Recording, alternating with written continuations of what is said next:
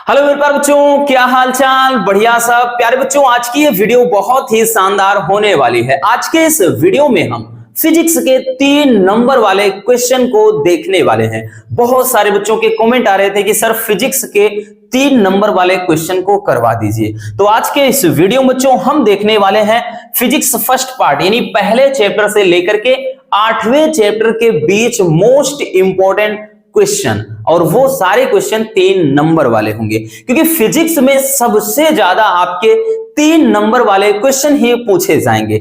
10 question आते हैं बच्चों 3 नंबर वाले, 70 में से तो 30 नंबर आपके ये 3 नंबर वाले क्वेश्चन ही पूछे जाते हैं। तो चलिए बहुत ही बढ़िया तरीके से, सिंपल तरीके से देख लेते हैं। हाँ बच्चों, ये बात और है कि भाई एग्जाम हमारा नजदीक आ रहा है तो टेंशन नहीं लेना। बहुत सारे बच्चे बोल रहे कि सर पता नहीं क्यों डिप्रेशन हो जाता है, इतना ज्यादा टेंशन में है, कैसे होगा, कुछ भी नहीं पढ़ा।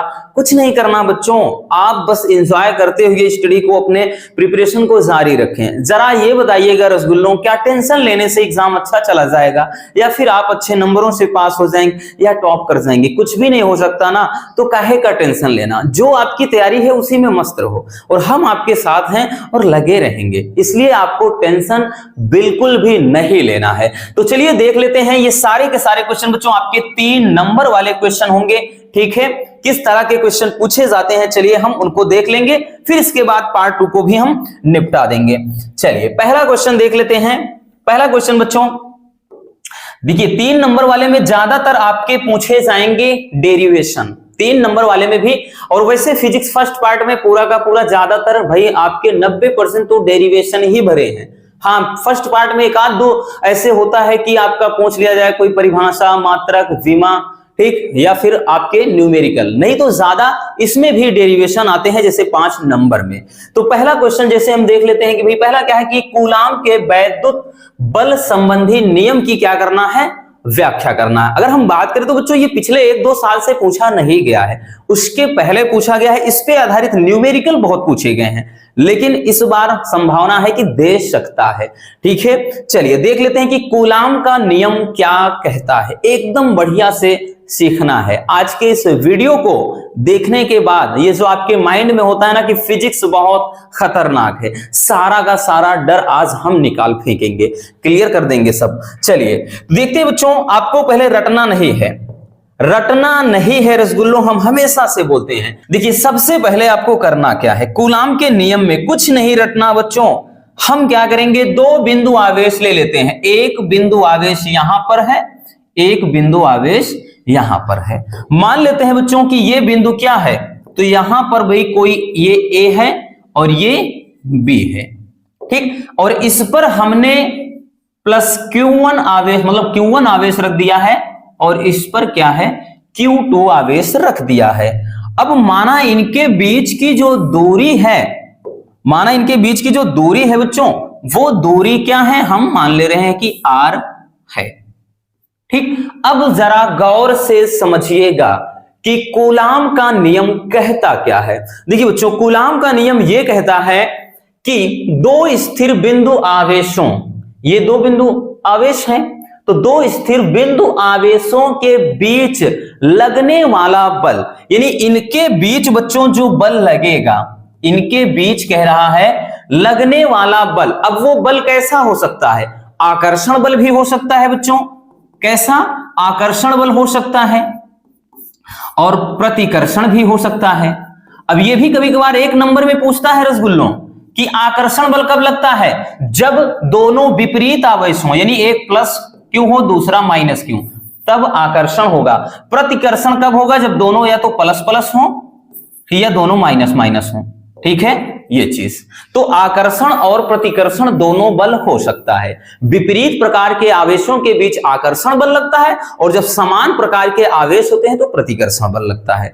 तो नियम क्या बोलता है कि 2 स्थिर बिंदु आवेशों के बीच लगने वाला बल, ठीक। लगने वाला क्या होता है बच्चों, कि लगने वाला बल इन दोनों आवेशों के, दोनों आवेश हैं क्या, Q1, दोनों आवेशों के गुणनफल के, तो भाई Q1 गुणे Q2 हो गया।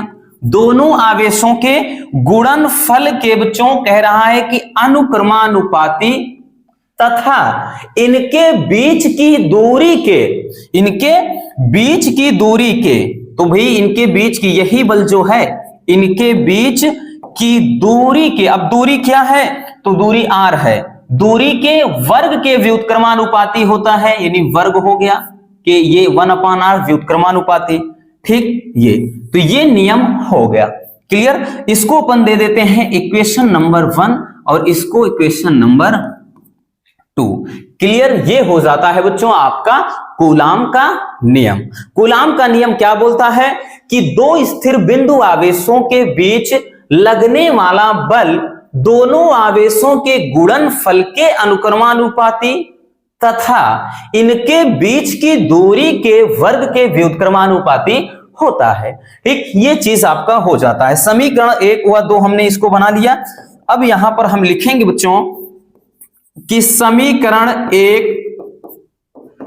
व 2 को मिलाने पर, समीकरण 1 व 2 को मिलाने पर अगर हम इनको मिला देते हैं तो ये हमारा फार्मूला क्या बन जाएगा बच्चों, F, ये प्रोपोर्शनल हो जाएगा क्या चीज, Q1 Q2 अपान R स्क्वायर, ये हो जाएगा। या फिर अब जब हम ये बराबर में जब लिखेंगे बच्चों तो ये चिन्ह हट जाएगा, ध्यान से दम, ये जब हम यहां पर बराबर करेंगे F बराबर, तो ये जब चिन्ह हट जाता है तो यहां पर कोई ना कोई नियतांक हो जाता है, तो Q1 Q2 अपान R स्क्वायर, और जहां Q मतलब ये जो K होता है यही K बराबर 1/4 पाई एप्सिलॉन नॉट के बराबर होता है। तो ये जो फार्मूला हो जाता है बच्चों कि F बराबर इसके स्थान पे 1/4 पाई एप्सिलॉन नॉट, ये हो जाएगा Q1 Q2 अपान R स्क्वायर। यही बच्चों हो जाता है कूलाम का नियम।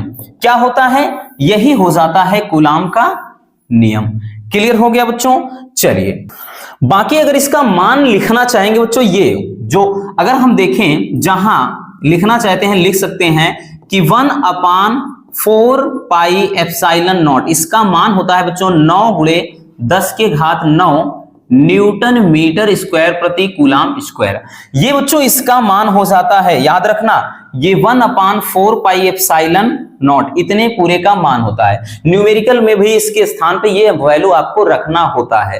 हालांकि ये फिजिक्स में जब इसके न्यूमेरिकल आते हैं तो फिजिक्स के लास्ट वाले पेज में सारे कांस्टेंट वैल्यू दिए रहते हैं, बट जानना बेहद जरूरी है, ठीक है ना। तो ये हो जाता है बच्चों कूलाम का नियम। तो बहुत ही सिंपल सा टॉपिक है, ज्यादा टेंशन लेना नहीं है। ये क्वेश्चन आपके एग्जाम में आएगा तो 3 नंबर में पूछा जाएगा। क्लियर हो गया। चलिए जल्दी से इसको स्क्रीनशॉट कर लीजिए बच्चों, फिर चलते हैं नेक्स्ट टॉपिक की तरफ।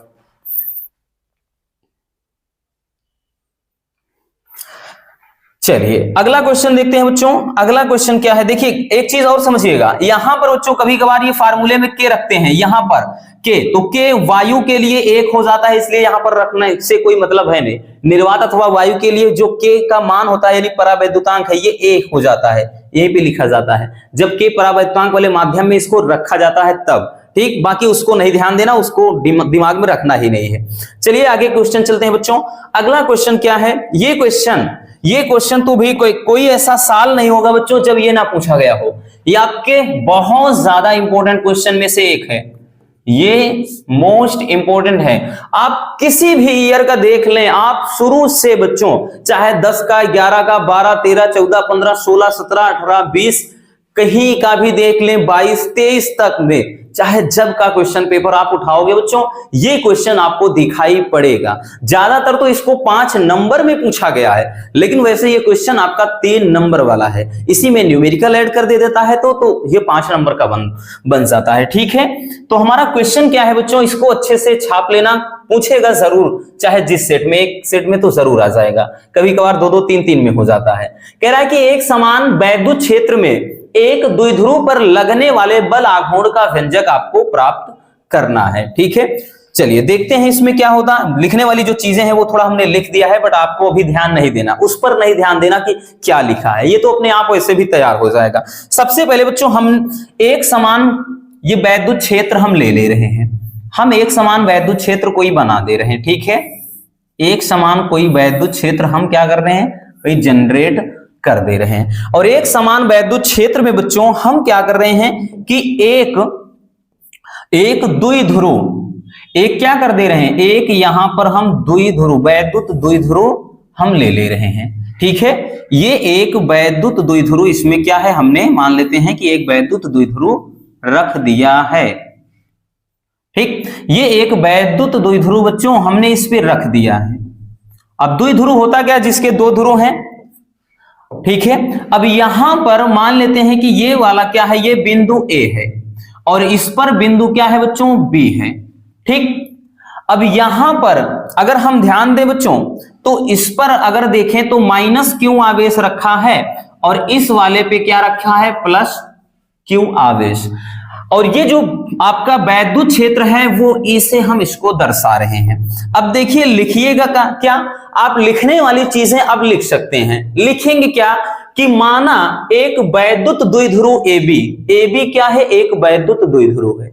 तो माना एक वैद्युत द्विध्रुव बच्चों हमने क्या किया, AB एक समान वैद्युत क्षेत्र E में रखा गया है। तो ये एक समान वैद्युत क्षेत्र E में क्या है बच्चों, रखा गया है, जो माइनस क्यू तथा प्लस क्यू आवेश से मिलकर बना है। भाई ये दिख रहा है आपको कि माइनस क्यू आवेश तथा प्लस क्यू आवेश से मिलकर बच्चों बना है। अब इन आवेशों पर बराबर एवं विपरीत बल कार्य करता है। देखिए बच्चों फार्मूला होता है, अगर आपको पता हो, वैद्युत क्षेत्र की तीव्रता E बराबर होता है F/Q। तो यहां से अगर हम F बराबर रखेंगे तो Q इंटू E हो जाएगा ना बच्चों यहां से। तो इस पर जो बल कार्य करेगा रसगुल्लों, इस पर जो बल कार्य करेगा तो वो बल इधर हो जाएगा, इधर वाला बल Q इंटू E हो जाएगा, ये माइनस में हो जाएगा पूरा बल, और इधर भी एक जो बल कार्य करेगा वो Q इंटू E होगा, ये धनात्मक में होगा। ठीक है, अगर अब इसमें देखिएगा, अब यहां पर ये जो बल क्या करता है, इस द्विध्रुव को घुमाने का प्रयास करता है। तो वही चीज आपको निकालना है कि जब हमने एक समान वैद्युत क्षेत्र में कोई वैद्युत द्विध्रुव रख दिया है तो इस वैद्युत द्विध्रुव पर जो बल आघूर्ण लगता है, यानी जो बल कार्य करता है, वो कितना होता है, यानी उसी के लिए फार्मूला। अब ध्यान देना, अब इसको हम करते क्या है बच्चों, अगर हम इसको इस तरह से अगर हम डैश डैश करके इस तरह से अगर हम आगे करें, अगर इसको भी यहां से ऐसे बढ़ाते चले आए तो बच्चों ये यहां पर मिल जा रहे हैं। ठीक, अब मान लेते हैं कि ये बिंदु क्या है, यहां पर हमने बिंदु O दे दिया। अब ये इसके साथ क्या कर रहा है कि भाई थीटा कोण बना रहा है। अब एक आपको ट्राइंगल भाई बनता हुआ दिख गया, ये क्या है, एक त्रिभुज बन गया। अब त्रिभुज में करेंगे क्या बच्चों, तो सबसे पहला काम आपको जो करना है रसगुल्लों, आप लिखेंगे त्रिभुज AOB में, त्रिभुज AOB में, त्रिभुज AOB में जरा गौर से समझिएगा।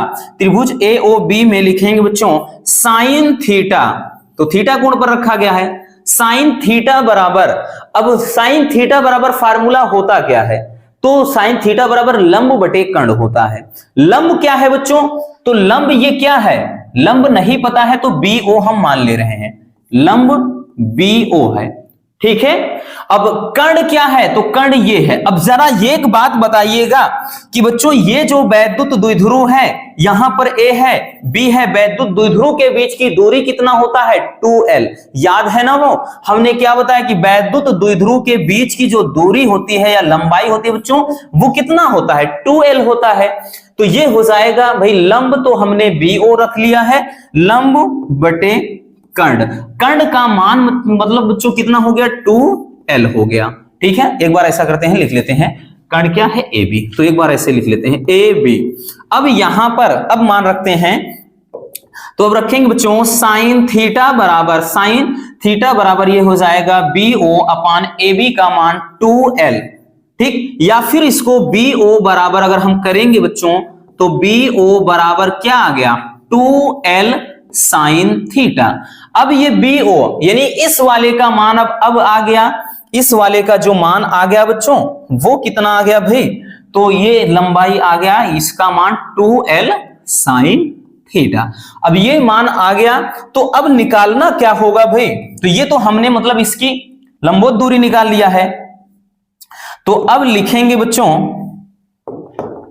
अब हम लिखेंगे कि बल आघूर्ण, बल आघूर्ण, तो बल आघूर्ण निकालेंगे। अब बल आघूर्ण बराबर होता क्या है, टाउ बराबर होता है बच्चों बल गुणे लंबवत दूरी। यहां पर मतलब जो क्रिया रेखा के बीच क्या है, लंबवत दूरी, क्योंकि टाउ बराबर क्या होता है, एफ इंटू डी होता है, या कहीं कहीं एफ इंटू आर लिखा रहता है, तो वही चीज। तो भाई ये बल इंटू लंबवत दूरी। अब ध्यान से समझिएगा बच्चों, टाउ बराबर बल क्या है, तो बल ये लग रहा है एफ बराबर क्यू इंटू ई हमने बताया, गुणे लंबवत दूरी बच्चों कितना निकला है, तो लंबवत दूरी क्या है भाई, तो लंबवत दूरी ये आपका बी ओ है, ठीक, और बी ओ का मान हम रख देंगे, तो ये हो जाएगा Q E into B O का मान है 2l, ठीक है, 2l कितना है, sine theta, 2l sine theta हो गया। अब इसको थोड़ा सजा कर लिख देते हैं, टाउ बराबर इसको देखिए ऐसे लिख सकते हैं, क्यू गुणे 2l, इसको एक कोष्टक में कर देते हैं ई साइन थीटा। अगर आपको पता होगा बच्चों क्यू इंटू 2l इसके बराबर क्या होता है, अगर ना याद हो तो आपको याद दिला दे रहे हैं कि दो आवेशों में से कोई एक आवेश तथा उनके बीच की दूरी के गुणनफल को वैद्युत द्विध्रुव आघूर्ण कहते हैं। याद है ना बच्चों, तो Q इंटू 2l बराबर होता क्या है, P होता है। तो इसके स्थान पर अब हम रखेंगे क्या, टाउ बराबर ये चीज होता है P और इंटू E साइन थीटा। तो टाउ बराबर PE साइन थीटा, ठीक है, टाउ बराबर PE साइन थीटा, और यही क्या हो जाएगा, सूत्र का निगमन, यानी यही बल आघूर्ण के लिए व्यंजक हो जाएगा। ठीक है, ये बल आघूर्ण के लिए अधिकतम बल आघूर्ण कब होता है, जब थीटा बराबर 90 अंश रख देता है। तो इस पे न्यूमेरिकल जरूर पूछा जाता है। 2023 में इस पे न्यूमेरिकल भी आया था बच्चों, और ये निगमन भी पूछा गया था एक सेट में 5 नंबर में, इसलिए अच्छे से इसको समझ लेना। बहुत सिंपल और बहुत ही प्यारा सा टॉपिक है। हमने कुछ भी नहीं किया, सबसे पहले भी एक समान वैद्युत क्षेत्र रखा, उसमें एक वैद्युत द्विध्रुव रखा, वैद्युत द्विध्रुव की लंबाई 2l होती है, तो एक ट्राइंगल बना करके हमने पहले साइन थीटा का मान निकाला बच्चों। साइन थीटा बराबर लंब बटे कर्ण होता है, तो इसके वजह से ये चीज निकाला। बीओ का मान निकालने के बाद इस फार्मूले की मदद से हमने क्या निकाला बच्चों, तो इस फार्मूले की मदद से हमने बल आघूर्ण, क्योंकि बल आघूर्ण ही आपको निकालना था, तो बल आघूर्ण बराबर होता क्या है, बल गुणे लंबवत दूरी, ठीक, बल आघूर्ण बराबर बल गुणे दूरी होता है। तो बल यहां पर Q इंटू ई लगा है, लंबवत दूरी का मतलब ये वाली दूरी 2l साइन थीटा, ये निकाला है हमने, तो ये वैल्यू रख दिया। फिर उसके बाद कुछ नहीं किया, Q और 2l को पास रख दिया, E यहां पर कर दिया, तो ये Q इंटू 2l बराबर P होता है। P है क्या, वैद्युत द्विध्रुव आघूर्ण है, टाउ क्या है, बलाघूर्ण है, E क्या है, वैद्युत क्षेत्र है, थीटा क्या है, तो ये थीटा के मतलब इसके साथ जो थीटा कोण बना रहा है कोण है। तो इस तरह से इसका निगमन बहुत ही सिंपल तरीके से हो जाएगा। क्लियर हो गया बच्चों? चलिए जल्दी से इसको स्क्रीनशॉट कर लीजिए। हो गया ना? चलिए चलते हैं नेक्स्ट क्वेश्चन पर। हमारा अगला क्वेश्चन क्या है बच्चों? अगला क्वेश्चन भी देखिएगा, ये भी मोस्ट इंपॉर्टेंट है। हालांकि 2020 में आया, 2017 में, 2020 में, 2022 में पूछा गया, 23 में नहीं आया था, 23 में नहीं आया था, लेकिन इंपॉर्टेंट है। देखिए ये भी सेम उसी अभी जो फार्मूला हमने जिसका निगमन किया उसी के मदद से इसका भी निपटारा करेंगे, डोंट वरी। क्वेश्चन है कि एक समान वैद्युत क्षेत्र में द्विध्रुव को घुमाने में किए गए कार्य का व्यंजक आपको प्राप्त करना है, और ये भी काफी ज्यादा इंपॉर्टेंट है, ये भी बच्चों काफी ज्यादा इंपॉर्टेंट है। अब देखिएगा इसमें भी ये माना जाना वाली जो चीजें हैं, है ना, इसको साइड में रखते हैं, इसको भी हम एकदम से बढ़िया से समझा देंगे। पहले इसमें भी एक समान हम क्या कर रहे हैं, वैद्युत क्षेत्र ले रहे हैं। एक समान वैद्युत क्षेत्र, इसमें क्या किया हमने, ये मान लिया एक समान वैद्युत क्षेत्र, ये थोड़ा लंबा और कर देते हैं इसको, ये एक समान कोई वैद्युत क्षेत्र बना लिया, ठीक है। अब इसमें क्या किया बच्चों कि हम कोई इसमें एक वैद्युत द्विध्रुव ऐसे मान रहे हैं, एक वैद्युत द्विध्रुव क्या कर रहे हैं, रख दिया है, ठीक है। एक वैद्युत द्विध्रुव यहां पर रख दिया, और हमें पता है कि बच्चों द्विध्रुव के बीच की लंबाई कितना होता है, बताने की जरूरत नहीं, फिर से वही चीज है कि भाई लिखना चाहेंगे तो यहां पर मान लेते हैं कि बिंदु क्या है, ए है, और ये बिंदु क्या है बच्चों, यहां पर B है, और इस पर क्या है, मान लेते हैं कि माइनस Q आवेश है इस वाले पे, और यहां पर क्या है, प्लस Q आवेश है इस वाले बिंदु पर। इतना हो गया। अब यहां पर क्या है, आपको लिखने वाली चीजें जो है लिखना क्या पड़ेगा बच्चों, कि मान लेते हैं कि माना P वैद्युत द्विध्रुव आघूर्ण का एक वैद्युत द्विध्रुव एक समान वैद्युत क्षेत्र E में रखा गया है। ये एक समान वैद्युत क्षेत्र क्या है, ये वैद्युत क्षेत्र की दिशा को बता रहा है। तो एक समान वैद्युत मतलब क्षेत्र में एक क्या है, वैद्युत द्विध्रुव रखा गया है, ठीक है। तो तथा इस पर होता क्या है कि वैद्युत द्विध्रुव को वैद्युत क्षेत्र के भीतर ये घुमाया जा रहा है, ठीक। ये जो है मान लेते हैं कि ये ऐसे है तो इसको ऐसे, ठीक, मान लेते हैं कि ये ऐसे धरा है तो इसको थोड़ा ऐसे कर देते हैं, ठीक है। और उसी घुमाने में कितना कार्य करना होगा, वही अपने को उसी के लिए व्यंजक प्राप्त करना है। क्लियर हो गया। तो ये वैद्युत द्विध्रुव क्या है, घुमाया जाता है। माना वैद्युत द्विध्रुव वैद्युत क्षेत्र के साथ ये थीटा कोण बना रहा है, ठीक। ये वैद्युत क्षेत्र के साथ मान लेते हैं कि भाई थीटा कोण ये क्या है, बना रहा है। यहां पर थीटा कोण बना रहा है, तब वैद्युत द्विध्रुव पर वैद्युत क्षेत्र के कारण लगने वाला बल आघूर्ण पहले लिखेंगे। अब यहां पर हम वैद्युत द्विध्रुव के मतलब आघूर्ण के लिए फार्मूला लिख लेते हैं। टाउ बराबर अभी क्या आपने भाई निगमन किया, Pe साइन थीटा। टाउ बराबर Pe साइन थीटा। इतना क्लियर हो गया, समझिएगा बच्चों। कुछ नहीं करना, पहले जो लिखने वाली चीजें हैं हमने क्या बताया कि माना एक वैद्युत द्विध्रुव है, एक समान वैद्युत क्षेत्र E में रखा गया है, ठीक। और इसे क्या है, मतलब वैद्युत क्षेत्र की दिशा में इसे घुमाया जा रहा है। माना वैद्युत द्विध्रुव जो है वो वैद्युत क्षेत्र की दिशा के साथ थीटा कोण पर रखता है या थीटा कोण बनाता है। फिर यहां पर लिखेंगे कि इस वैद्युत क्षेत्र के कारण इस पर लगने वाला बलाघूर्ण, तो इस पर लगने वाला ये बलाघूर्ण इतना हो जाता है। अब यहां पर हम लिखेंगे बच्चों कि द्विध्रुव को ध्यान से समझना। अब जो है शुरू होगा मेन चीज, द्विध्रुव को सूक्ष्म विस्थापन करने में, सूक्ष्म विस्थापन का मतलब छोटा कोण पे यानी डी थीटा विस्थापन करने पर किया गया कार्य, तो किया गया कार्य। अब सूक्ष्म विस्थापन अगर आप कर रहे हैं बच्चों तो इसके लिए कार्य कितना करना होगा। अब मान लेते हैं कि ये जो द्विध्रुव रखा है इसमें क्या करना है बच्चों, ये ऐसा था तो इसको हम थोड़ा सा इस वाले को क्या करते हैं, घुमा देते हैं।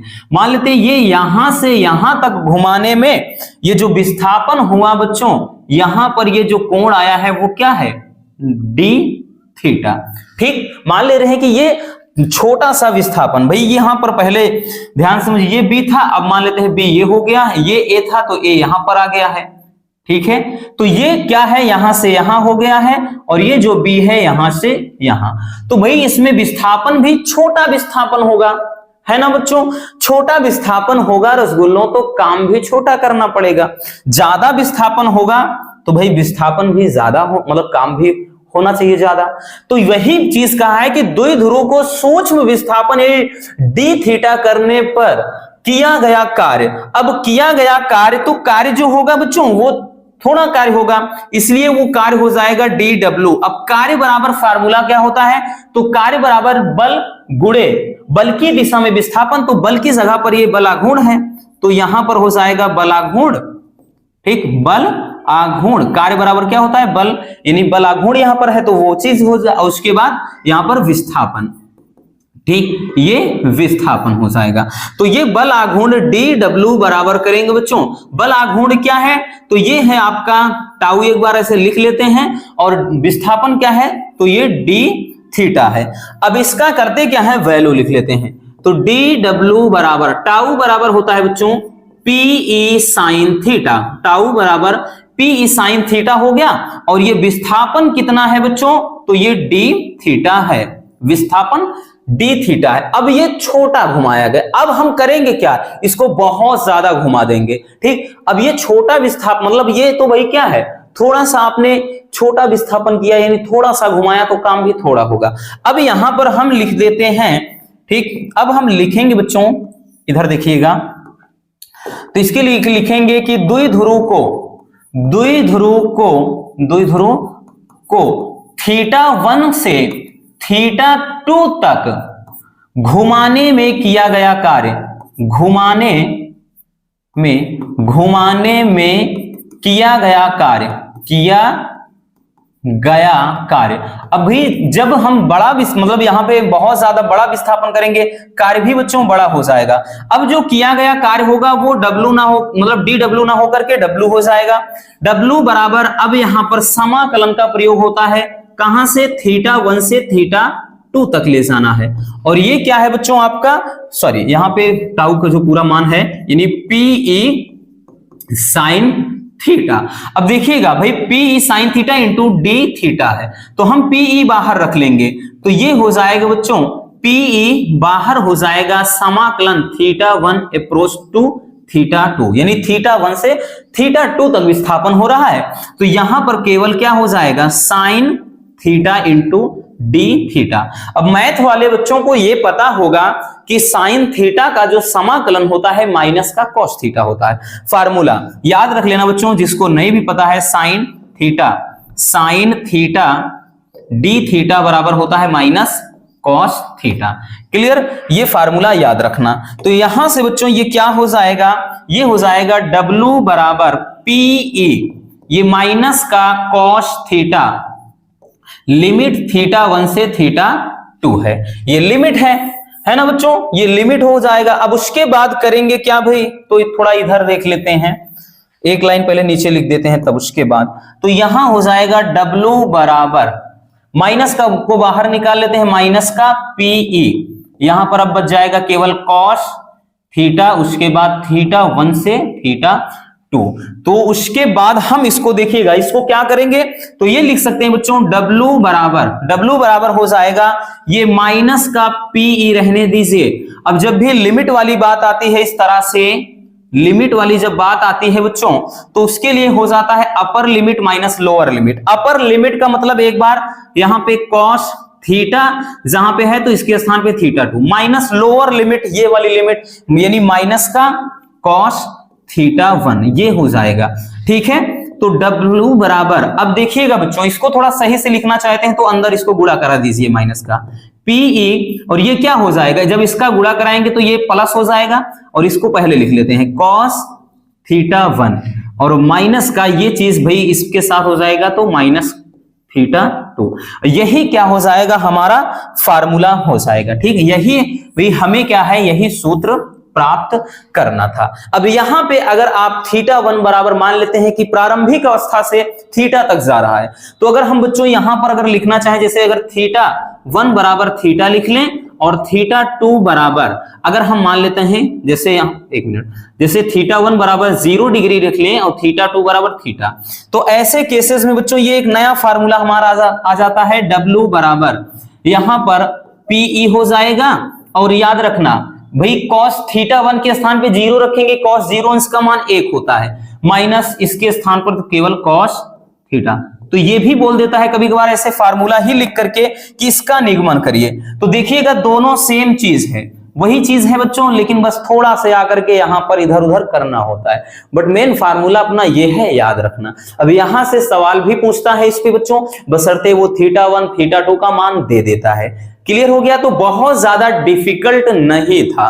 ठीक, बहुत ज्यादा डिफिकल्ट नहीं है। हमने देखिएगा सेम ये भी है बच्चों, इसमें हमने एक समान वैद्युत क्षेत्र में एक वैद्युत द्विध्रुव रख दिया है। अब वैद्युत द्विध्रुव को कह रहा है कि जो वैद्युत द्विध्रुव ऐसे था, उसको जब हम यहां से घुमाकर ऐसे कर देते हैं, तो घुमाने में कितना काम करना पड़ा अपने को, वही अपने को क्या करना था, निकालना था। तो हमने क्या किया बच्चों, जो कुछ भी है लिखने वाले लिख दिया कि माना एक वैद्युत द्विध्रुव है, ठीक है, एक वैद्युत द्विध्रुव है, एक समान वैद्युत क्षेत्र में रखा गया है, और इसे वैद्युत क्षेत्र की में क्या है कि भाई इसमें वैद्युत क्षेत्र के भीतर घुमाया जाता है, और माना ये वैद्युत जो द्विध्रुव है क्षेत्र के साथ थीटा कोण पर रखा गया है, तो इसको घुमाने में कितना बलाघूर्ण होगा, यानी घुमाने में क्या होता है बलाघूर्ण, तो बल आघूर्ण हम क्या करते हैं, रख लेते हैं। अब हम मान लेते हैं कि माना कि द्विध्रुव को सूक्ष्म विस्थापन करने में किया गया कार्य। तो जब छोटा सा विस्थापन किया, काम भी बच्चों छोटा होगा। तो ये काम dw था। अब भाई कार्य बराबर होता है बल गुणे विस्थापन, तो बल का मतलब ये बलाघूर्ण और विस्थापन। तो हमने क्या किया, बलाघूर्ण टाउ और d थीटा ये वैल्यू पुट कर दिया। अब हमने क्या किया, द्विध्रुव को θ1 से θ2 तक यानी बड़ा विस्थापन किया। जब बड़ा बहुत ज्यादा इसको घुमाया गया तो काम भी बड़ा होगा। तो अब θ1 से θ2 यानी ये समाकलन का यूज हो गया। बस कुछ नहीं किया है भाई, इसको बाहर लेकर के साइन थीटा का समाकलन माइनस कॉस थीटा। अब जब भी इस तरह का होता है केस बनता है बच्चों, तो upper limit minus lower limit का फार्मूला अप्लाई होता है मैथ में। ठीक, तो हो सकता है थोड़ा बायोलॉजी वाला प्रॉब्लम हो सके, बट डोंट वरी, इतने में होना चाहिए नहीं हमारे ख्याल से। ठीक, तो यहां पर हमने upper limit minus lower limit का फंडा अप्लाई कर दिया। तो इस तरह से बच्चों ये कार्य निकल आया है, वैद्युत द्विध्रुव को घुमाने में किया गया कार्य। ठीक है ना, चलिए जल्दी से इसको स्क्रीनशॉट कर लीजिए, फिर हम चलते हैं बच्चों नेक्स्ट टॉपिक की तरफ। चलिए हो गया बच्चों, अब चलते हैं अगले टॉपिक पर। हमारा नेक्स्ट टॉपिक क्या है, ये टॉपिक भी लाजवाब है। अगर हम देखें 14 में, 16 में, 17 में, 18 में, 20 और 22 में ये भी पूछा गया है। ये भी देखें तो पिछले एक साल से ये भी एक या 2 साल नहीं 22 में आया था। ठीक, ये एक साल से अगर देखें तो 2023 में ये भी नहीं दिखाई पड़ा किसी सेट में, लेकिन इंपॉर्टेंट टॉपिक है। यही तो होता है ना कि भाई जब रखते हैं तो इनको रखना है, अब की बार इनको छोड़कर उनको रखना, यही चीज किया जाता है। ठीक, जैसे क्वेश्चन देखते हैं कि किसी आवेशित संधारित्र की स्थितिज ऊर्जा के लिए व्यंजक प्राप्त करना है, या फिर डायरेक्ट बोल देगा कि संधारित्र की ऊर्जा के लिए व्यंजक प्राप्त कीजिए। ठीक, चलिए कैसे प्राप्त करना, देखिए इसको 2 तरीके से भी सॉल्व कर सकते हैं। ठीक, इसको 2 तरीके से सॉल्व किया जा सकता है, बट एकदम हम सिंपल वाला तरीका बताएंगे, आपको ज्यादा प्रेशर देंगे नहीं, है ना, ताकि हमारे प्यारे रसगुल्ले इजिली समझ सकें। हमारा बस एक ही मकसद होता है। सबसे पहले बच्चों समझ लेते हैं कि स्थितिज ऊर्जा होती क्या है। स्थितिज ऊर्जा की परिभाषा भी एक नंबर में कभी कभार पूछ लेता है। तो किसी संधारित्र को आवेशित करने में किए गए कार्य को ही आवेशित संधारित्र की वैद्युत स्थितिज ऊर्जा कहते हैं। यानी कोई भी जो कार्य किया जाता है वही कार्य स्थितिज ऊर्जा के रूप में निहित हो जाता है। उसमें बस इतना याद रखना, जो किया गया कार्य होता है वही स्थितिज ऊर्जा के रूप में संचित हो जाता है। ठीक, अब यहां पर देखिएगा कि माना जाना वाली चीजें हैं, लिखना है। अब जब भी हम ग्राफ बनाएंगे तो आप अपने आप समझ जाएंगे ये माना जाना का मैटर क्या है। ठीक, चलिए देखिए सबसे पहले हम क्या करते हैं, एक्स और वाई अक्ष ले लेते हैं। एक एक्स अक्ष ले लिया, एक वाई अक्ष ले लिया। ठीक है बच्चों, ये आपका एक्स अक्ष हो गया, ये वाई अक्ष हो गया, और ये जहां पर मिल रहे हैं बिंदु O है। ठीक, और मान लेते हैं कि ये जो है आपका जो एक्स अक्ष है ये विभवांतर को दर्शा रहा है, और ये जो वाई अक्ष है बच्चों, ये जो वाई अक्ष है ये क्या है, आवेश को दर्शा रहा है। अब जब हम इन दोनों के बीच में ग्राफ खींचते हैं तो सदैव ये ग्राफ किसमें होगा, एक सरल रेखा में होगा। कहने का मतलब ये है, समझिएगा बच्चों थोड़ा, अगर जैसे मान लेते हैं कि 1 2 3 4 वोल्ट ऐसे कर रहे हैं, इधर आवेश ऐसे लेकर चल रहे हैं। ठीक, तो कहने का मतलब जब इधर हम चलेंगे तो इधर भी इतना, जब यहां पर इतना चलेंगे तो इधर भी इतना। तो अगर हम इनमें ऐसे खींचे ग्राफ तो जरा गौर से देखिएगा, ये ग्राफ भी वैसे ही बनता जाएगा। जैसे इसमें यहां पर पहुंच गए, इस वाले में यहां, तो इसमें भी अगर हम ग्राफ खींचे बच्चों तो ये ग्राफ ऐसा बनेगा। यहां पर जैसे पहुंच गए ये यहां पर, तो इसमें भी अगर जरा गौर से देखेंगे तो ग्राफ ऐसा। और जब इसको हम ये मिलाते हैं तो देखिएगा एक सरल रेखा का ग्राफ तैयार होता है। तो इसी विधि से हम संधारित्र की संचित ऊर्जा का निगमन करने वाले हैं। क्लियर हो गया। चलिए अब लिखना क्या है बच्चों, लिखेंगे कि माना संधारित्र की धारिता C है।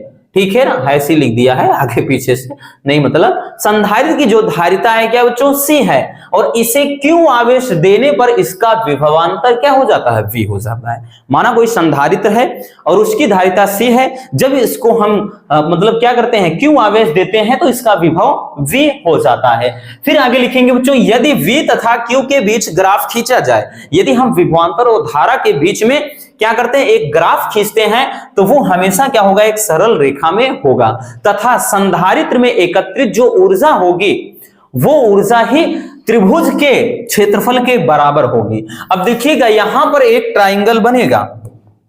अगर बच्चों हम इसको ऐसे ऐसे मिला देते हैं, अगर हम इसको ऐसे मिला देते हैं बच्चों, देखिए ये देखिए एक क्या बन गया, त्रिभुज बन गया। क्लियर हो गया ना। तो यहां पर मान लेते हैं कि भाई इसको हम नाम क्या दे दिए, तो ये नाम ए दे दिया और ये नाम बी दे दिया। अब ओ ए बी एक त्रिभुज आपका बन गया। अब सब देखिए इसमें भाई ये चीज कहा है ना कि अगर ग्राफ खींचे तो जो संधारित्र में एकत्रित ऊर्जा होगी वो त्रिभुज के क्षेत्रफल के बराबर होगी। तो अब लिखेंगे बच्चों संधारित्र, संधारित्र में संचित ऊर्जा, संचित ऊर्जा ये क्या होगी, संधारित्र में जो संचित ऊर्जा होगी वो त्रिभुज का क्षेत्रफल यानी त्रिभुज के क्षेत्रफल के बराबर होगी। अब संधारित्र में संचित ऊर्जा के लिए भी फार्मूला मतलब ऊर्जा को अपन U से दर्शाते हैं, U बराबर, अब त्रिभुज का क्षेत्रफल क्या होता है बच्चों, तो त्रिभुज का क्षेत्रफल होता है 1/2 आधार गुणे ऊंचाई। याद है ना, 1/2 आधार गुणे ऊंचाई, ये त्रिभुज का फार्मूला होता है। ठीक, आधार गुणे ऊंचाई। इसी फार्मूले पर हम क्या करेंगे, मतलब इसी से हम इसको निकालेंगे। तो U बराबर 1/2 आधार क्या है बबुआ, तो आधार तो V है ना, आधार बच्चों यही तो है। और ये किसको बता रहा है, विभवांतर को, तो ये हमने लिख लिया V। और ऊंचाई क्या है बच्चों, ये जो ऊंचाई है ये वाली ऊंचाई, भाई ये जब क्यों है तो ये भी तो क्यों ही होगा ना। ठीक, क्योंकि ये जो है इसके समांतर है तो ये क्या हो जाएगा, क्यों हो जाएगा। ठीक है, तो यहां से एक फार्मूला निकल कर आ गया, U बराबर 1/2 ये हो जाएगा Q इंटू V। ये आपका एक फार्मूला निकल आया। ठीक है ना, इसको कई तरीके से लिख सकते हैं। अब हमको मालूम है बच्चों, हमको ये पता है कि अगर देखें फार्मूला तो आपका C बराबर Q/V होता है। ठीक, C क्या है, धारिता, तो धारिता बराबर Q/V फार्मूला होता है। यहां से तो Q बराबर C इंटू V हो जाएगा बच्चों, Q बराबर C इंटू V। तो यहां पर हम Q का मान अगर रखते हैं तो हम लिख देते हैं चूंकि Q बराबर C इंटू V, तो Q बराबर C इंटू V होता है, इसलिए इसको थोड़ा 1 मिनट इधर देखिए, इसके लिए बच्चों हम करेंगे क्या, U बराबर 1/2 ये आपका देखिएगा Q बराबर CV होता है। तो Q बराबर हमने क्या लिख लिया, C इंटू V, और उसके बाद ये V ऑलरेडी पड़ा है। तो U बराबर 1/2 CV²। और इसी फार्मूले पर आपके न्यूमेरिकल भी बनते हैं। ठीक, ये आपका मेन फार्मूला होता है। इसको हालांकि एक और तरीके से लिखते हैं, उसको भी पूछा जा सकता है। चूंकि अब हमको पता है बच्चों, जब C बराबर Q/V होता है तो अगर हम V लेना चाहेंगे तो V यहां ले जाएंगे तो Q/C हो जाएगा। तो इसलिए बच्चों हम V बराबर Q/C होता है ये भी जानते हैं। तो इसको जब हम एक और पदों में लिखना चाहेंगे तो ये हो जाएगा U बराबर 1/2। ठीक, ये गुणे C हो जाएगा। V के स्थान पर हम Q/C रखेंगे तो स्क्वायर करेंगे तो ये क्या हो जाएगा भाई, Q² हो जाएगा अपान नीचे C² हो जाएगा, है ना। ये V के स्थान पे पूरा मान रखेंगे जब, तो एक C से एक C क्या हो जाएगा, कैंसल हो जाएगा। तो ये आपका एक फार्मूला क्या बन जाएगा बच्चों, तो ये आपका आ जाएगा U बराबर 1/2 Q²/C। यहां से ये भी एक फार्मूला हो जाता है। तो इसको मतलब कई पदों में लिखते हैं बच्चों, याद रखना।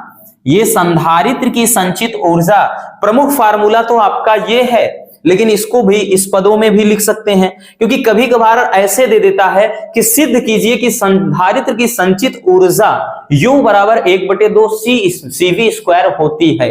तब आप क्या करोगे भाई, पता चले यहीं तक सीखा है और यहां पर आ गया तो आप तो एकदम इधर उधर से आपका माइंड ही खराब हो जाएगा। या फिर कभी कभार पूछ लेता है कि सिद्ध कीजिए कि संधारित्र में संचित स्थितिज ऊर्जा U बराबर 1/2 Q²/C होती है। तो हमें आधा अधूरा कुछ भी नहीं करना है, क्योंकि आधा अधूरा ज्ञान ना बहुत खतरनाक होता है। पूरा का पूरा भी आपने पता चला पढ़ लिया और आके लास्ट में एक पॉइंट मिस कर दिया तो उस आधे अधूरे ज्ञान का कोई मतलब ही नहीं रह गया। क्लियर हो गया। तो इस तरह से बच्चों हम इसको बहुत ही सिंपल तरीके से इसका डेरिवेशन कर सकते हैं। चलिए अब इसको स्क्रीनशॉट कर लीजिए, बहुत ही प्यारा सा टॉपिक है। ठीक, चलिए बच्चों, अब चलते हैं नेक्स्ट क्वेश्चन की तरफ। हमारा अगला क्वेश्चन क्या है वो देखते हैं। अगला क्वेश्चन, ये क्वेश्चन भी बहुत ही प्यारा सा है। 2024 में इस पर डेरिवेशन तो नहीं आया, लेकिन इस पर न्यूमेरिकल जरूर आया था। 2023 में ये डेरिवेशन नहीं आया। 2016 या 18 के बाद से इस एक आध साल बीच में पूछा गया है, 21 या 22 में नहीं, उसके बाद जब भी पूछा गया इस पे न्यूमेरिकल, और अब की बार तो इस पर 2 न्यूमेरिकल आए थे इस फार्मूले पर, तो समझ सकते हैं कभी कभार पूरा न्यूमेरिकल ही दे देगा और फिर अगले बार क्या करेगा, वो डेरिवेशन दे देगा। यही तो करता है। क्वेश्चन है कि विलगित गोलीय चालक की धारिता के लिए व्यंजक प्राप्त करना है। सारे आपके देख रहे हैं डेरिवेशन ही आएंगे, क्योंकि 3 नंबर में बच्चों या तो न्यूमेरिकल, मतलब आधे न्यूमेरिकल होते हैं, जैसे 10 क्वेश्चन होते हैं तो 10 में यूं समझिएगा कि 5 से 4 तो आपके न्यूमेरिकल होंगे और 4 से 5 6 ये आपके डेरिवेशन बनते हैं। ठीक है, चलिए, कह रहा है कि विलगित गोली चालक की धारिता के लिए व्यंजक प्राप्त करना है। ये पूरा पढ़ने की जरूरत अभी नहीं है, हम आपको अच्छे से समझा देंगे। ये सब रटना नहीं है बच्चों, बस आपकी सुविधा के लिए लिखते हैं। सबसे पहले हम मान लेते हैं कि माना एक क्या है, गोलीय चालक है या एक विलगित, ठीक, क्या है, गोला है, और यहां पर इस गोले का केंद्र हम मान लेते हैं कि O है, और इसकी जो रेडियस है बच्चों, इसकी हम मान लेते हैं कि त्रिज्या क्या है, तो भाई त्रिज्या हम मान लेते हैं कि वो स्मॉल r है। ठीक, कुछ नहीं करना है। अब देखिएगा, कोई भी जब गोला होता है, कोई अगर खोखला गोला है बच्चों, तो कोई गोली चालक है, तो जब भी उस गोली चालक को आवेश दिया जाता है, यानी बाहर से जब आवेशित करते हैं यानी चार्ज करते हैं, तो दिया गया जो आवेश होता है ना, इस गोले के पृष्ठ पर ही क्या करता है बच्चों, वितरित हो जाता है। यानी गोले के केंद्र पर आवेश नहीं होता है। ये 2023 में भी क्वेश्चन पूछा गया है बहुविकल्पी में कि किसी गोले को दिया गया आवेश, ठीक, यानी किसी गोले को आवेश दिया जाता है, क्यों आवेश, तो उसके केंद्र पर वैद्युत क्षेत्र कितना होगा, यह आवेश क्या होगा, याद रखना बच्चों, शून्य होता है। यानी क्योंकि वो दिया गया समस्त आवेश क्या होता है, उसके पृष्ठ पर समान रूप से वितरित हो जाता है। ठीक है, इतना याद रखना। तो हम मान लेते हैं कि माना r त्रिज्या का कोई गोला है और इसको Q आवेश दिया जाता है। तो जब Q आवेश देते हैं बच्चों, तो ये इसके पृष्ठ पर वितरित हो जाता है, यानी ये आवेश इसके पृष्ठ पर चारों ओर फैल जाएगा और इसके केंद्र पर क्या होगा, आवेश का मान यानी आवेश की मात्रा 0 हो जाएगी। ठीक, चलिए, तो लिखना अब क्या है, अब समझिएगा। लिखेंगे कि माना एक गोली चालक है जिसकी त्रिज्या r है ना बच्चों। यदि इस गोले को Q आवेश दिया जाता है, हम मान लेते हैं रसगुल्लों कि इस गोले को हमने क्या किया, इसको कोई आवेश दे दिया। कोई आवेश जब दे रहे हैं तो ये जो दिया गया आवेश होगा, देखिए क्या बोल रहा है, आवेश उसके पृष्ठ पर वितरित हो जाता है। यानी ये जो आवेश होगा इसके चारों ओर, ये आवेश इसके पृष्ठ पर क्या हो जाता है बच्चों, समान रूप से ये आवेश वितरित हो जाता है। ठीक है, याद रखना। तो वही चीज लिखा है कि आवेश क्या होता है, इसके पृष्ठ पर वितरित हो जाता है, अर्थात गोले के अंदर आवेश का मान 0 होता है तथा संपूर्ण आवेश गोले के पृष्ठ पर समान रूप से फैल जाता है। अब आगे लिखेंगे बच्चों कि माना जब गोली चालक को Q आवेश दिया जाता है तो गोले में वैद्युत विभव V उत्पन्न हो जाता है। ठीक, तो ऐसी सिचुएशन में हम पहले विभव के लिए फार्मूला निकालेंगे बच्चों। तो हम लिखेंगे विभव बराबर, ठीक, वैद्युत विभव बराबर, क्योंकि जब हम इसको क्यों आवेश दे रहे हैं तो भाई विभव क्या है, गोले में विभव V उत्पन्न हो रहा है, तो वैद्युत विभव बराबर फार्मूला लिखेंगे बच्चों, वैद्युत विभव V बराबर फार्मूला होता क्या है, तो देखिए V बराबर फार्मूला होता है 1/4 पाई एप्सिलॉन नॉट Q/R, ये फार्मूला होता है। ठीक, ये विभवांतर, इसको इक्वेशन नंबर 1 दे देते हैं। ये वैद्युत विभव के लिए फार्मूला होता है। ठीक है, अब यहां पर अब हम निकालेंगे कि धारिता बराबर, ठीक, ये भाई जो आपका गोली चालक है, तो ये गोली चालक की धारिता लिख देंगे, चालक की धारिता।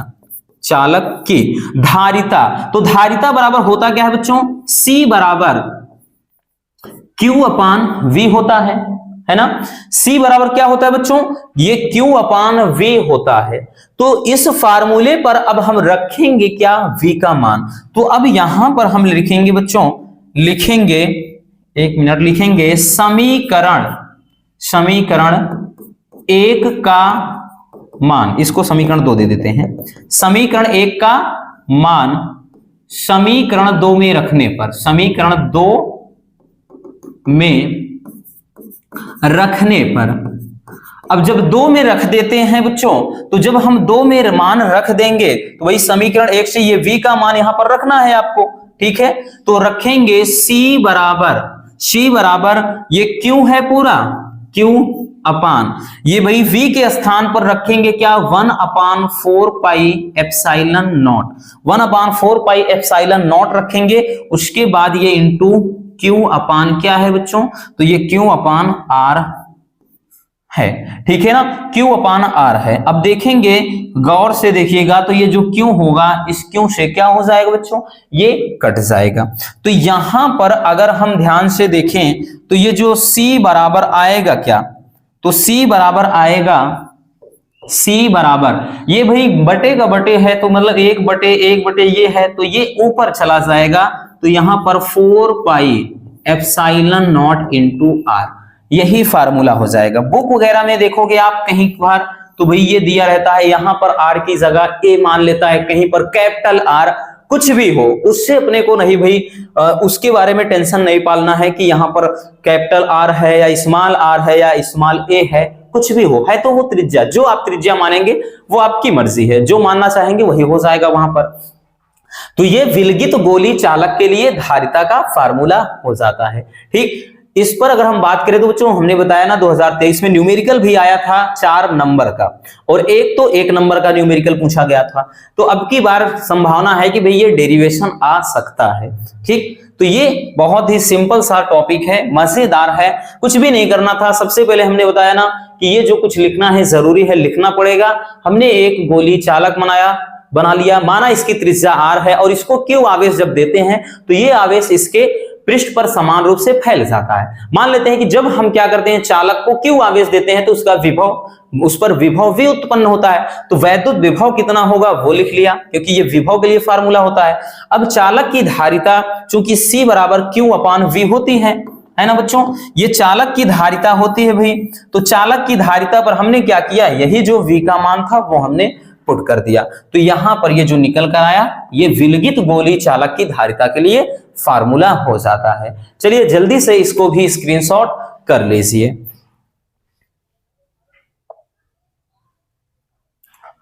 हो गया बच्चों। चलिए अब चलते हैं नेक्स्ट क्वेश्चन पर। अगला क्वेश्चन देख लेते हैं। ये क्वेश्चन भी काफी मजेदार है। ये क्वेश्चन भी बच्चों काफी इंटरेस्टिंग है। 2000 अगर हम बात करें तो ये 23 में क्वेश्चन पूछा गया है, 2023 में आया हुआ क्वेश्चन है, और 2022 में, 21 में, 20 में, मतलब हर साल पूछा गया है किसी ना किसी तरीके से, क्योंकि इसको 2-3 तरीके से पूछता है। क्वेश्चन है कि अनुगमन वेग से आप क्या समझते हैं, और अनुगमन वेग तथा धारा घनत्व के बीच संबंध स्थापित करना है। अनुगमन वेग या अपवाह वेग किसे कहते हैं, तो इसको तो बच्चों हमने परिभाषा अच्छे से समझाया है, बट यहां से फिर से एक बार लिख दिए हैं परिभाषा ताकि एकदम ताजा हो जाए। अनुगमन वेग होता क्या, नाम ही अनुगमन, अनुगमन का मतलब ले जाना, अपवाह का मतलब बढ़ाकर यानी आगे की ओर ले जाना। तो अनुगमन वेग होता क्या है, परिभाषा लिखेंगे बच्चों कि वह वेग जिसके द्वारा चालक के मुक्त इलेक्ट्रॉन आयनों से टकराते हुए बाह्य वैद्युत क्षेत्र के प्रभाव में क्या करते हैं, धन सिरे की ओर आगे बढ़ते हैं, तो उस वेग को ही क्या कहते हैं, अनुगमन वेग या अपवाह वेग कहते हैं। ठीक है, ये तो हो जाएगी डेफिनेशन। अब देखिएगा यहां पर अनुगमन वेग और धारा घनत्व के बीच संबंध पूछ रहा है, और 2023 में भी जो पूछा था उसमें गतिशीलता के लिए पूछा था, तो उसको भी हम बताएंगे, परेशान मत होइएगा। तो चलिए संबंध लिखते हैं, जो अपना मेन टॉपिक है। भाई ये तो जो परिभाषा पूछेगा तो 1 नंबर में आएगा। प्रमुख तो ये है कि अनुगमन वेग तथा धारा घनत्व के बीच संबंध स्थापित जो करना है। ठीक, तो हम लिखेंगे बच्चों अनुगमन वेग, अनुगमन वेग तथा धारा घनत्व, धारा घनत्व के बीच संबंध, अनुगमन वेग तथा धारा घनत्व के बीच संबंध। अब अनुगमन वेग तथा धारा घनत्व के बीच संबंध होता क्या है, ध्यान से समझना बच्चों। J बराबर I अपान A, ये फार्मूला होता है। J बराबर I अपान A, ये J क्या है, मतलब धारा घनत्व है। ठीक, तो ये धारा घनत्व बराबर बच्चों फार्मूला होता है सबसे पहले धारा घनत्व। तो धारा घनत्व के बराबर हम लिखेंगे क्या, धारा घनत्व बराबर हमने फार्मूला लिख लिया कि भाई J बराबर होता है I अपान A, J बराबर I अपान A होता है। अब चूंकि I बराबर क्या होता है, तो I बराबर हमने निगमन करवाया था बच्चों वन शॉट में भी, तो I बराबर होता है NEA, V सफिक्स D या V इंटू D, ऐसे भी आप मान सकते हैं जो पढ़ना चाहेंगे। ठीक है, ये VD क्या है, अनुगमन वेग ही है। अब यहां से अगर देखिएगा भाई I का मान यहां पर अगर हम पुट करते हैं बच्चों, तो J बराबर I के स्थान पे NEA VD अपान क्या हो जाएगा, A हो जाएगा। तो भाई A से A फिनिश हो जाएगा, A से A कट गया। ठीक, तो ये जो फार्मूला निकल कर आया J बराबर यहां पर बचा क्या है, तो यहां पर है, ठीक है, यहां पर है NEVD। ठीक, ये हो जाता है। या फिर हम अगर कह लें तो भाई VD बराबर ऐसे लिखना चाहें, ठीक, इधर लिखेंगे, या अगर लिखना चाहें बच्चों तो VD बराबर करना चाहेंगे तो ये चीज पूरा इसके नीचे यानी J अपान कितना हो जाएगा, तो J अपान N इंटू E हो जाएगा। तो इस तरह से भी हम लिख सकते हैं। तो यही क्या हो जाएगा, यही हमारा ये फार्मूला हो जाएगा। लेकिन बच्चों कभी कभार गतिशीलता के लिए भी पूछता है, तो चलिए उसको भी देख लेते हैं। गतिशीलता के लिए भी गतिशीलता पूछ लेता है कभी कभार, तो गतिशीलता कैसे निकालते हैं, एक ये भी पूछा गया है, कई बार पूछा गया है। तो गतिशीलता के लिए फार्मूला होता है, गतिशीलता म्यू बराबर होता है बच्चों V सफिक्स D अपान E, ये गतिशीलता का फार्मूला होता है। अब गतिशीलता बराबर यहां से हम निकालना अगर चाहेंगे तो हम मान रख देते हैं ना, तो म्यू बराबर क्या हो जाएगा बच्चों, म्यू बराबर, अब VD का मान जो भी निकाला है VD, ये देख सकते हैं कि भाई ये J है और अपान ये नीचे N हो जाएगा इंटू E हो जाएगा इंटू E, क्योंकि ये नीचे ही आएगा वैसे भी, तो J अपान NE होगा और ये चीज ये देता है। तो ये गतिशीलता, ठीक, क्योंकि अगर पूछ लिया यहां से कि भाई गतिशीलता और धारा घनत्व में संबंध लिखिए, तो ये गतिशीलता और धारा घनत्व के बीच संबंध हो गया। तो इस तरह से हम इसको बहुत ही सिंपल तरीके से इसको बच्चों यहां पर हम डेरिवेशन इसका कर सकते हैं। म्यू क्या है, गतिशीलता है, J क्या है, धारा घनत्व है, N क्या है, नंबर्स ऑफ इलेक्ट्रॉन यानी इलेक्ट्रॉन की संख्या है, E क्या है, इलेक्ट्रॉन पर आवेश, और ये कैपिटल वाला E क्या है, तो ये है आपका वैद्युत क्षेत्र। तो इस तरीके से हम क्या कर सकते हैं, इसको मतलब इसका निगमन कर सकते हैं। और यहां पर जो क्वेश्चन पूछा गया था वो 2023 में भी गतिशीलता का पूछा गया था, और गतिशीलता और इस धारा घनत्व के बीच के संबंध में ये इनको लिखना था उपयुक्त प्रतीकों के साथ, तो मतलब सबका मतलब लिखना था। वो तो हमने बता ही दिया कि भाई आई म्यू क्या है, J क्या है, N क्या है, E क्या है, कैपिटल E क्या है। ठीक, चलिए इसको स्क्रीनशॉट कर लीजिए।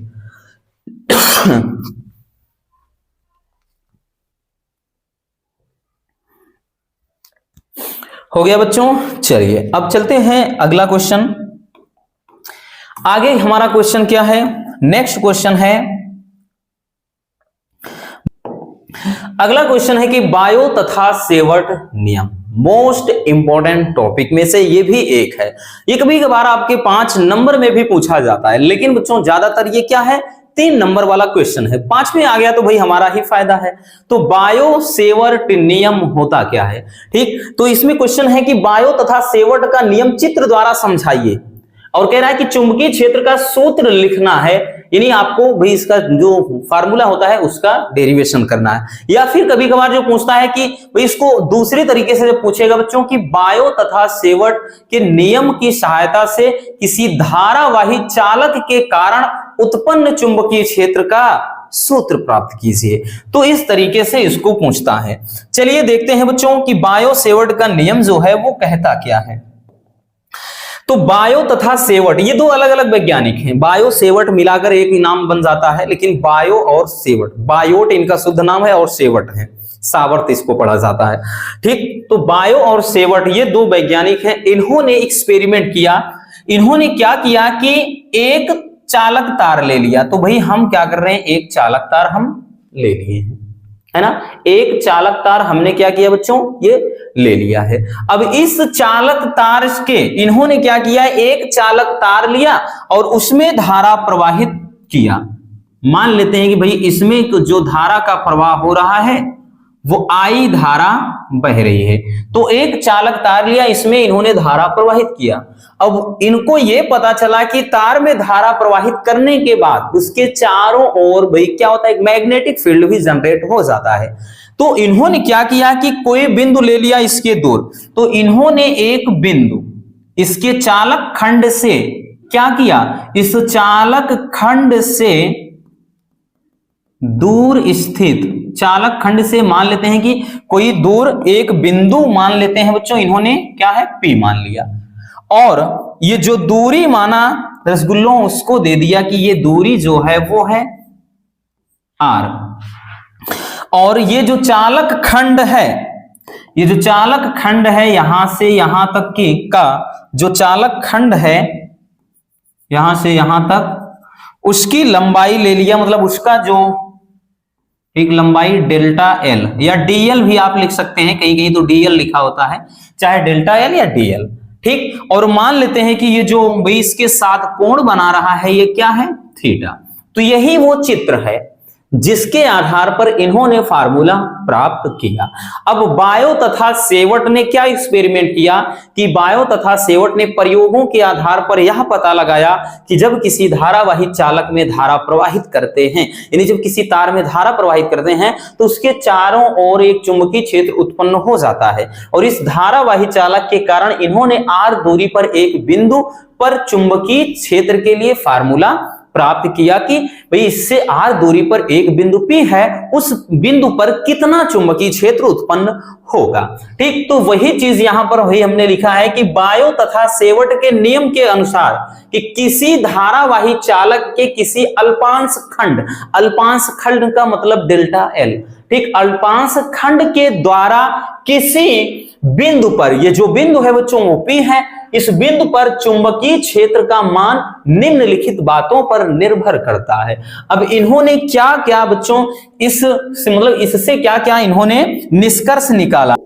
तो इन्होंने बताया बच्चों कि चुंबकीय क्षेत्र निम्नलिखित बातों पर निर्भर करता है। किन किन बातों पर, यानी यहां पर जो चुंबकीय क्षेत्र उत्पन्न हो रहा है डेल्टा बी, उसी डेल्टा बी के लिए इन्होंने फार्मूला प्राप्त किया। डेल्टा बी क्या है, तो ये छोटा चुंबकीय क्षेत्र, डेल्टा दर्शाता है सूक्ष्म के लिए, क्योंकि रसगुल्लों तार का टुकड़ा भी छोटा है, इस छोटे खंड के कारण इन्होंने निकाला तो चुंबकीय क्षेत्र भी छोटा होगा। तार बड़ा होता, बड़ा सा टुकड़ा होता तो चुंबकीय क्षेत्र का मान भी ज्यादा होता। तो यही इन्होंने निकाला। पहला बताया बच्चों कि उत्पन्न चुंबकीय क्षेत्र, पहला बताया कि जो चुंबकीय क्षेत्र है, चुंबकीय क्षेत्र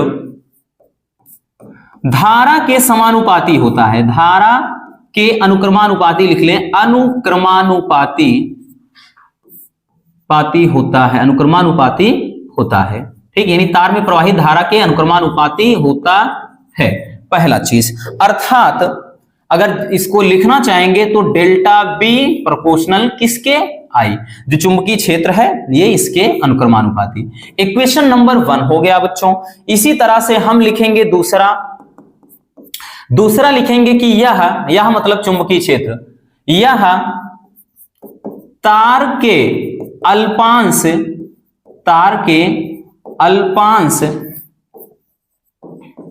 खंड के अनुक्रमानुपाती होता है,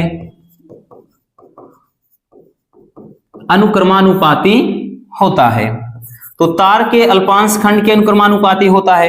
कहने का मतलब यह है जो डेल्टा बी होता है ये किसके अनुक्रमानुपाती, तो डेल्टा एल के। यानी अल्पांश लंबाई के, इसको दे देते हैं इक्वेशन नंबर 2।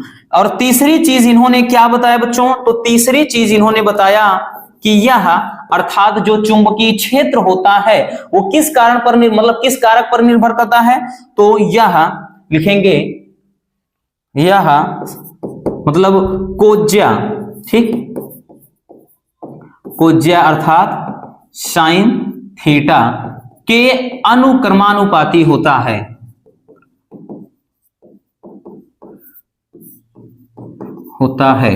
ठीक। कहने का मतलब ये जो अल्पांश ये खंड है, इससे बिंदु P के बीच बने कोण की ज्या के, ठीक है, कोण की, ये जो कोण की ज्या होती है लिखेंगे तो यहां ऐसे लिख देते हैं, यहां कोण की ज्या कोण की ज्या। अब ज्या का मतलब यहां पे साइन थीटा के अनुक्रमानुपाती होता है, तो इसको लिखेंगे बच्चों डेल्टा बी किसके अनुक्रमानुपाती होता है, तो साइन थीटा के।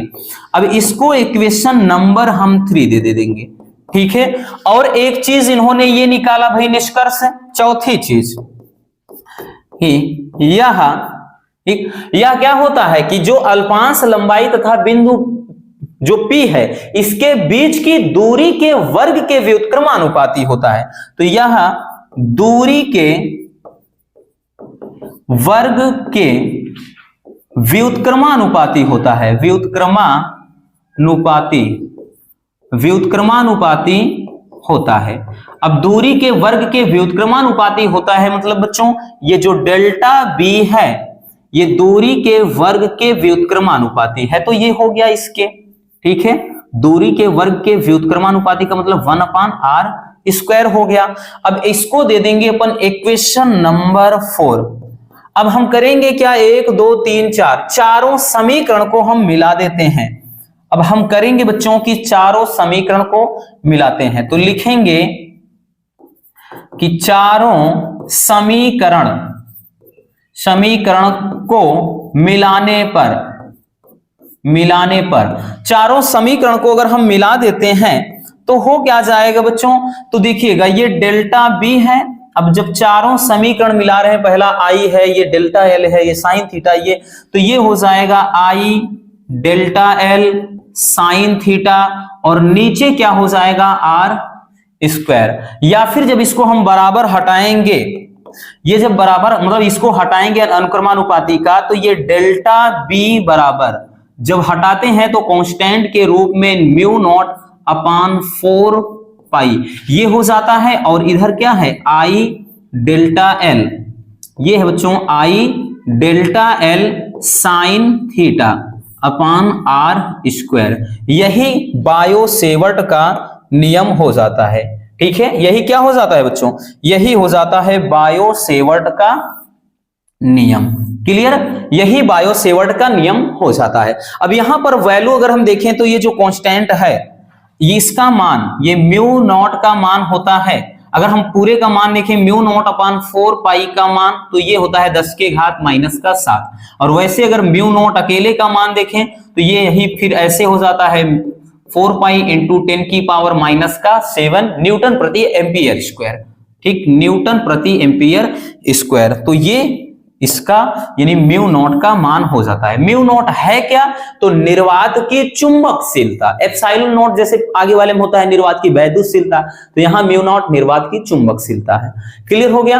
तो इस तरीके से हम बायो तथा सेवर्ट नियम के आधार पर हम क्या करेंगे, चुंबकीय क्षेत्र के लिए फार्मूले का निगमन बहुत ही सिंपल तरीके से कर सकते हैं। क्लियर हो गया बच्चों। चलिए जल्दी से इसको स्क्रीनशॉट कर लीजिए, फिर हम चलते हैं नेक्स्ट टॉपिक की तरफ। हो गया ना, मजा अगर आ रही हो तो भाई वीडियो को लाइक जरूर कर देना, है ना। चलिए बच्चों आगे देखते हैं। अगला क्वेश्चन क्या है, फैराडे के वैद्युत प्रेरण मतलब वैद्युत चुंबकीय संबंधी, ठीक, ये प्रेरण का नियम। और ये बात करें तो आपका मोस्ट इंपॉर्टेंट है, कोई ऐसा साल नहीं जब ये ना आए। वैसे तो ये 4 नंबर मतलब 5 नंबर में पूछता है, ठीक, लेकिन क्वेश्चन है 3 नंबर वाला, लेकिन कभी कभार ये भी 5 नंबर में दे देता है। 2023 में देखेंगे आया है, मतलब हर साल पूछता है बच्चों, ये ऐसा नहीं है। ये क्वेश्चन जो है देख कुछ क्वेश्चन आपके ऐसे होते हैं कि लगभग हमेशा पूछे जाते हैं। तो कह रहा है कि फैराडे के वैद्युत चुंबकीय प्रेरण संबंधी नियम आपको लिखना है। इसको अच्छे से समझाना होगा कि फैराडे का वैद्युत चुंबकीय प्रेरण संबंधी नियम क्या कहता है। अब देखिएगा, माइकल फैराडे ने वैद्युत चुंबकीय प्रेरण की घटना को समझने के लिए इन्होंने 2 नियम दिए। ठीक, कितने नियम दिए बच्चों? 2 नियम प्रस्तुत किए। अब पहला नियम क्या कहता है समझिएगा, इसको रटना नहीं है।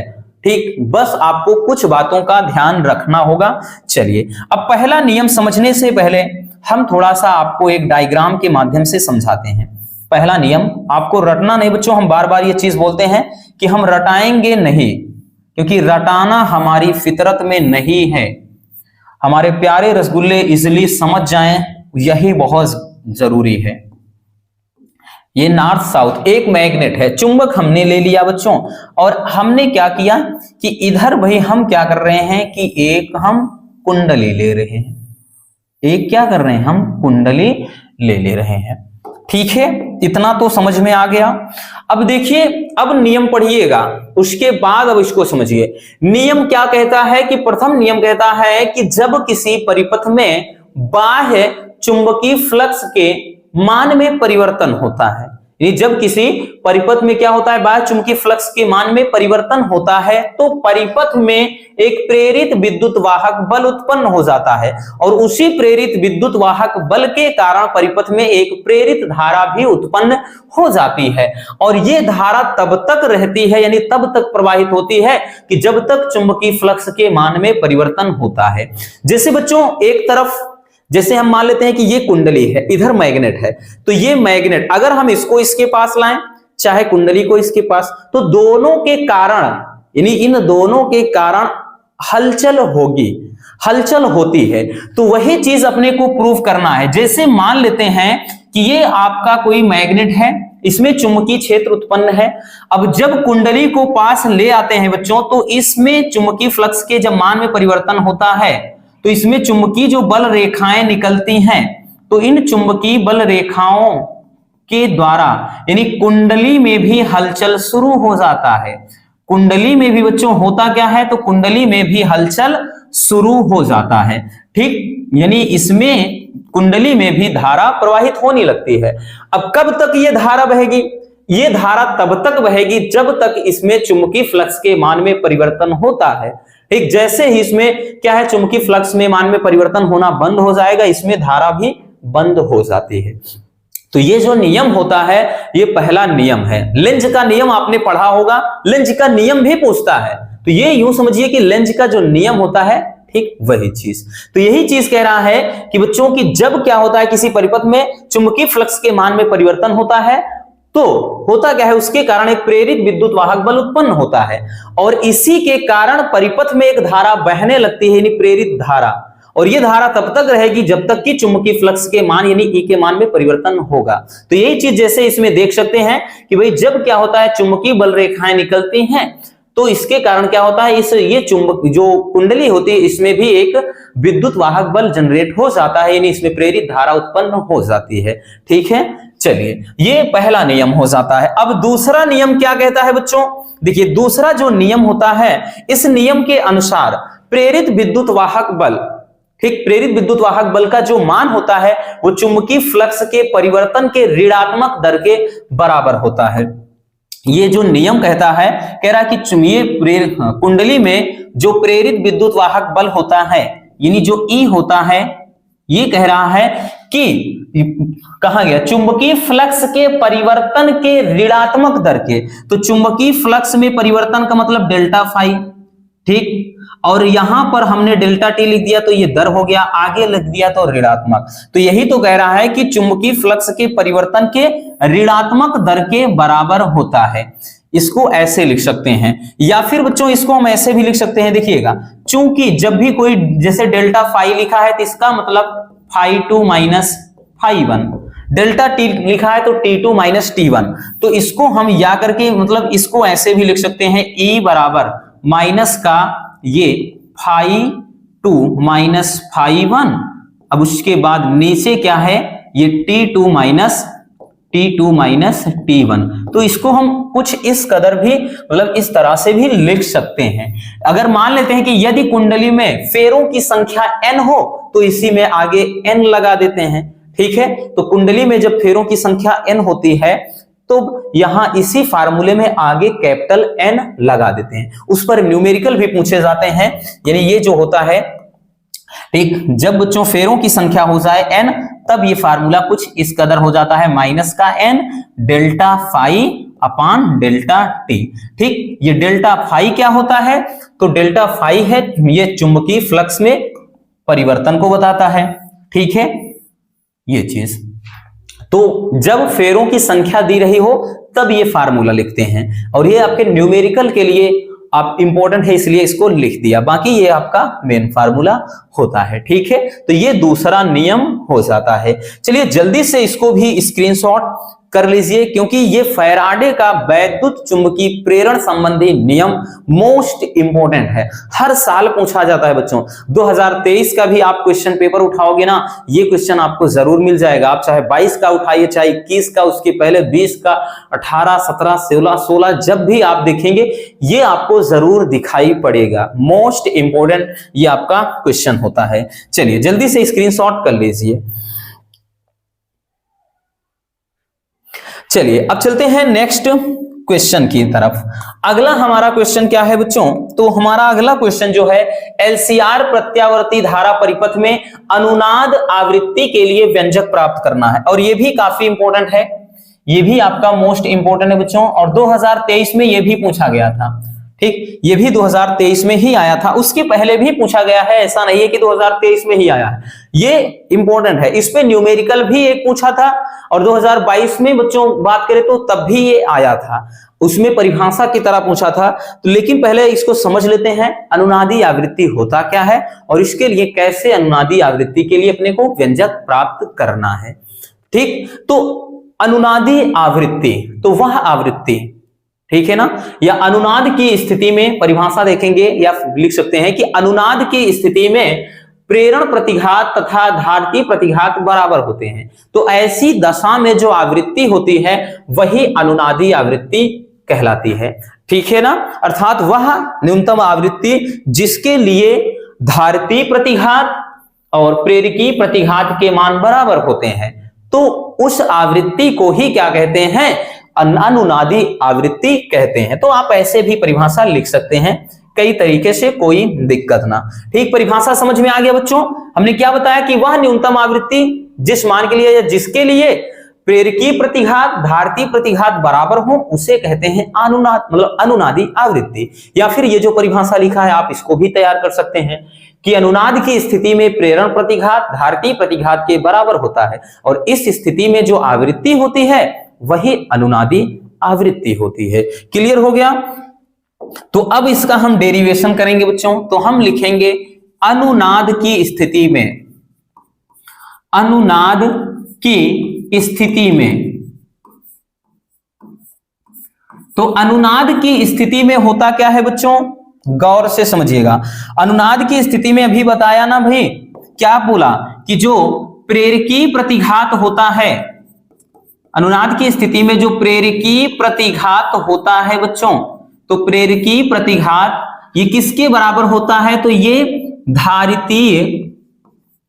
धारतीय प्रतिघात के बराबर होता है अनुनाद की स्थिति में। तो ऐसी सिचुएशन में देखिएगा, ये प्रेरकी प्रतिघात को दर्शाते हैं अपन एक्सएल से, बराबर धारतीय प्रतिघात एक्ससी होता है ना। तो एक्सएल बराबर क्या होता है बच्चों, ओमेगा इंटू एल होता है। एक्ससी बराबर क्या होता है, 1 अपान ओमेगा इंटू सी होता है। ठीक, 1 अपान क्या होता है, ओमेगा इंटू सी। ठीक है, अब इसके बाद अगर हम इसको देखें यहां पर, इसको यहां ले जाएं तो ये हो जाएगा ओमेगा स्क्वायर बराबर ये 1 अपान एल इंटू सी हो जाएगा। बट याद रखना ये ओमेगा बराबर फार्मूला क्या होता है बच्चों, तो हम लिखेंगे कि चूंकि ये जो ओमेगा बराबर होता है कि 2 पाई एफ होता है ना। ओमेगा बराबर क्या होता है बच्चों, तो 2 पाई एफ होता है। तो यहां से क्या हो जाएगा, इसके स्थान पे हम जब 2 पाई एफ रखेंगे तो इसका स्क्वायर करना है, बराबर यहां पर क्या है 1/LC है।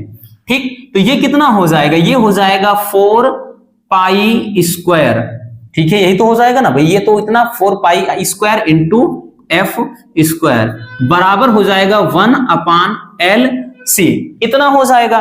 ठीक, या फिर हम लिख सकते हैं एफ स्क्वायर बराबर ये हो जाएगा 1 ये नीचे चला जाएगा इसमें 4 पाई स्क्वायर, ये 4 पाई स्क्वायर इंटू का LC, इतना हो जाएगा। या फिर अगर हम लिखना चाहें बच्चों f बराबर कर सकते हैं तो भाई 1 क्योंकि करणी में चला जाएगा तो एक करणी से कोई मतलब है नहीं, ये पूरा का पूरा आ जाएगा 4 पाई स्क्वायर इंटू L, ये C हो जाएगा करणी में। अब इसको करणी से हम बाहर निकालेंगे, अगर करणी से जब बाहर निकालेंगे बच्चों तो f बराबर, अब ध्यान से समझिएगा, 4 को बाहर निकालेंगे तो 2 हो जाएगा, पाई स्क्वायर को बाहर निकालेंगे तो पाई हो जाएगा, तो ये 1 ये 2 पाई बाहर निकल आएगा और करणी में केवल और केवल L और C रह जाएगा।